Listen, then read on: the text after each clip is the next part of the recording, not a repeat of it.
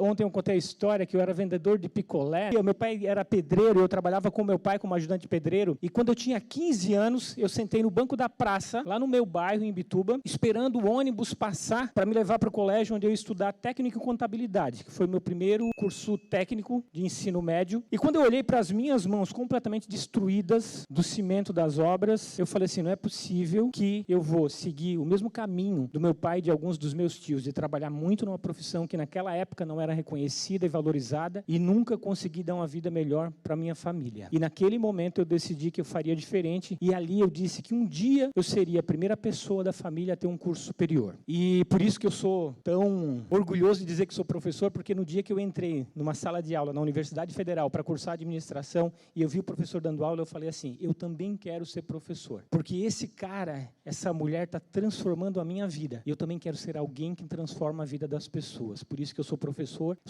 por propósito. Eu vivo isso todos os dias. Amo fazer isso. Eu também sou ultramaratonista. O pessoal de ontem, o Luiz Henrique ontem deu um spoiler e aí o pessoal descobriu que eu era ultramaratonista. Eu faço ultramaratonas. O que são ultramaratonas? Bom, uma maratona tem 42 quilômetros e 195 metros. Ultramaratonistas são pessoas que fazem distâncias acima de 42 quilômetros e 195 metros. Eu já fiz provas de 50 quilômetros, 65, 70, 80. Eu já fiz uma prova de 110 quilômetros. Eu saí aqui de Florianópolis, fui até Imaruí, depois de Imbituba, correndo durante 15 horas. E eu adoro essa hora porque vocês todos me olham com a cara de quem não dava nada por mim. Não é verdade? É verdade, vocês riem porque é verdade. Alguns assim têm a cara de olhar para mim assim de cima e embaixo como dizer assim, mentiroso, né?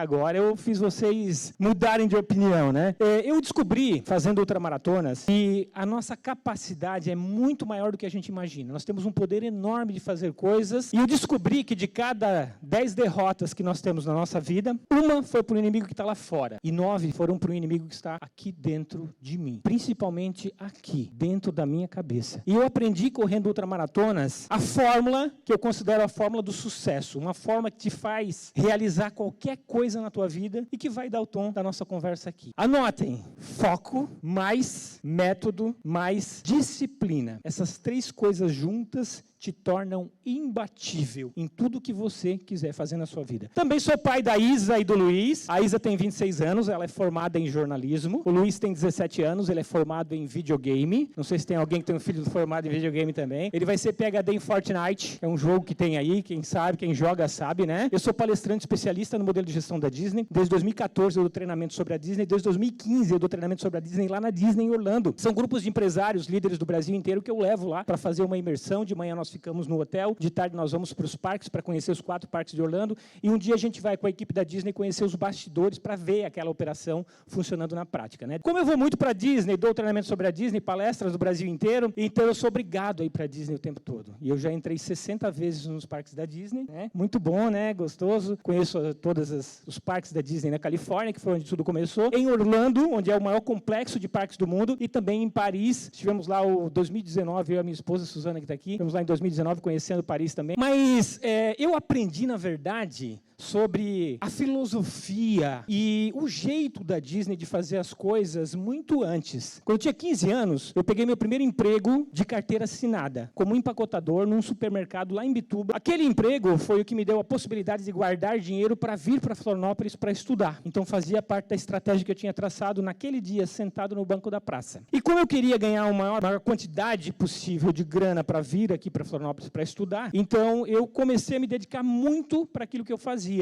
Eu, como empacotador, ganhava um salário mínimo, e se eu conseguisse ser promovido para repositor, eu começava a ganhar um salário mínimo e meio. E eu comecei a ver a maneira como os meninos faziam o trabalho na boca de caixa, e eu comecei a melhorar a forma como eles trabalhavam, fazendo algo que as outras pessoas não faziam. Eu conversava com o cliente, perguntava se estava a pé, de carro, de ônibus, se morava perto, morava longe, olhava para as compras, embalava as compras de uma maneira adequada ao tipo de transporte que a pessoa faria. E quando eu ia levar as compras no carro, eu ajeitava todas as compras lá no porta-malas do carro, colocando as coisas mais pesadas, segurando as outras coisas, para que as pessoas pudessem dar quantas voltas quisessem no carro, até chegar em casa, e as compras estariam todas colocadas ali, tudo certinho. E eu ganhava muita gorjeta das pessoas. E logo depois, um pouquinho mais de um ano, com uns 16 anos, eu fui promovido a repositor do supermercado e comecei a ganhar um salário mínimo e meio. Só que eu não tinha mais gorjeta. E na prática, eu comecei a ganhar menos, porque eu ganhava mais de meio salário mínimo por mês, só com gorjeta. E os outros meninos não ganhavam tanta gorjeta como eu ganhava.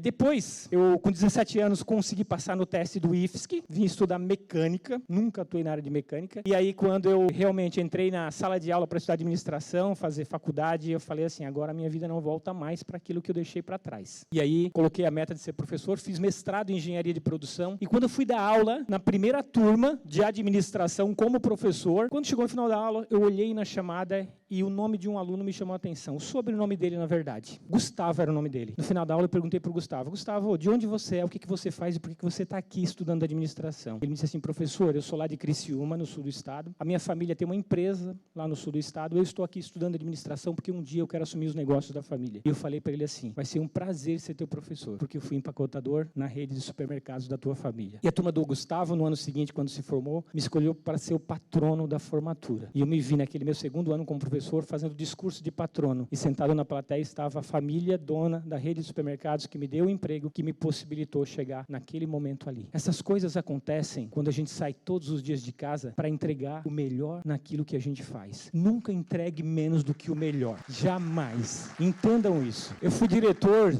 executivo de um time de futebol da Série A do Campeonato Brasileiro e aprendi no futebol que os meninos que estão começando e ganham uma chance de jogar no time principal com 17 anos, ganhando R$2.000, quando eles entram em campo, eles não fazem gol contra porque ganham pouco. Eles correm mais do que qualquer outro jogador que ganha 100, 150, R$200.000 por mês, porque se ele fizer um gol, ele sabe que alguém vai reconhecer o talento dele. Então, se você ganha pouco, se o teu cliente te paga pouco, se o teu chefe te paga pouco, faça um trabalho excepcional. Alguém vai reconhecer o teu talento e aí vai valer a pena. Fazer um trabalho ruim porque você ganha pouco, porque te pagam pouco, é fazer gol contra. Nunca faça gol contra.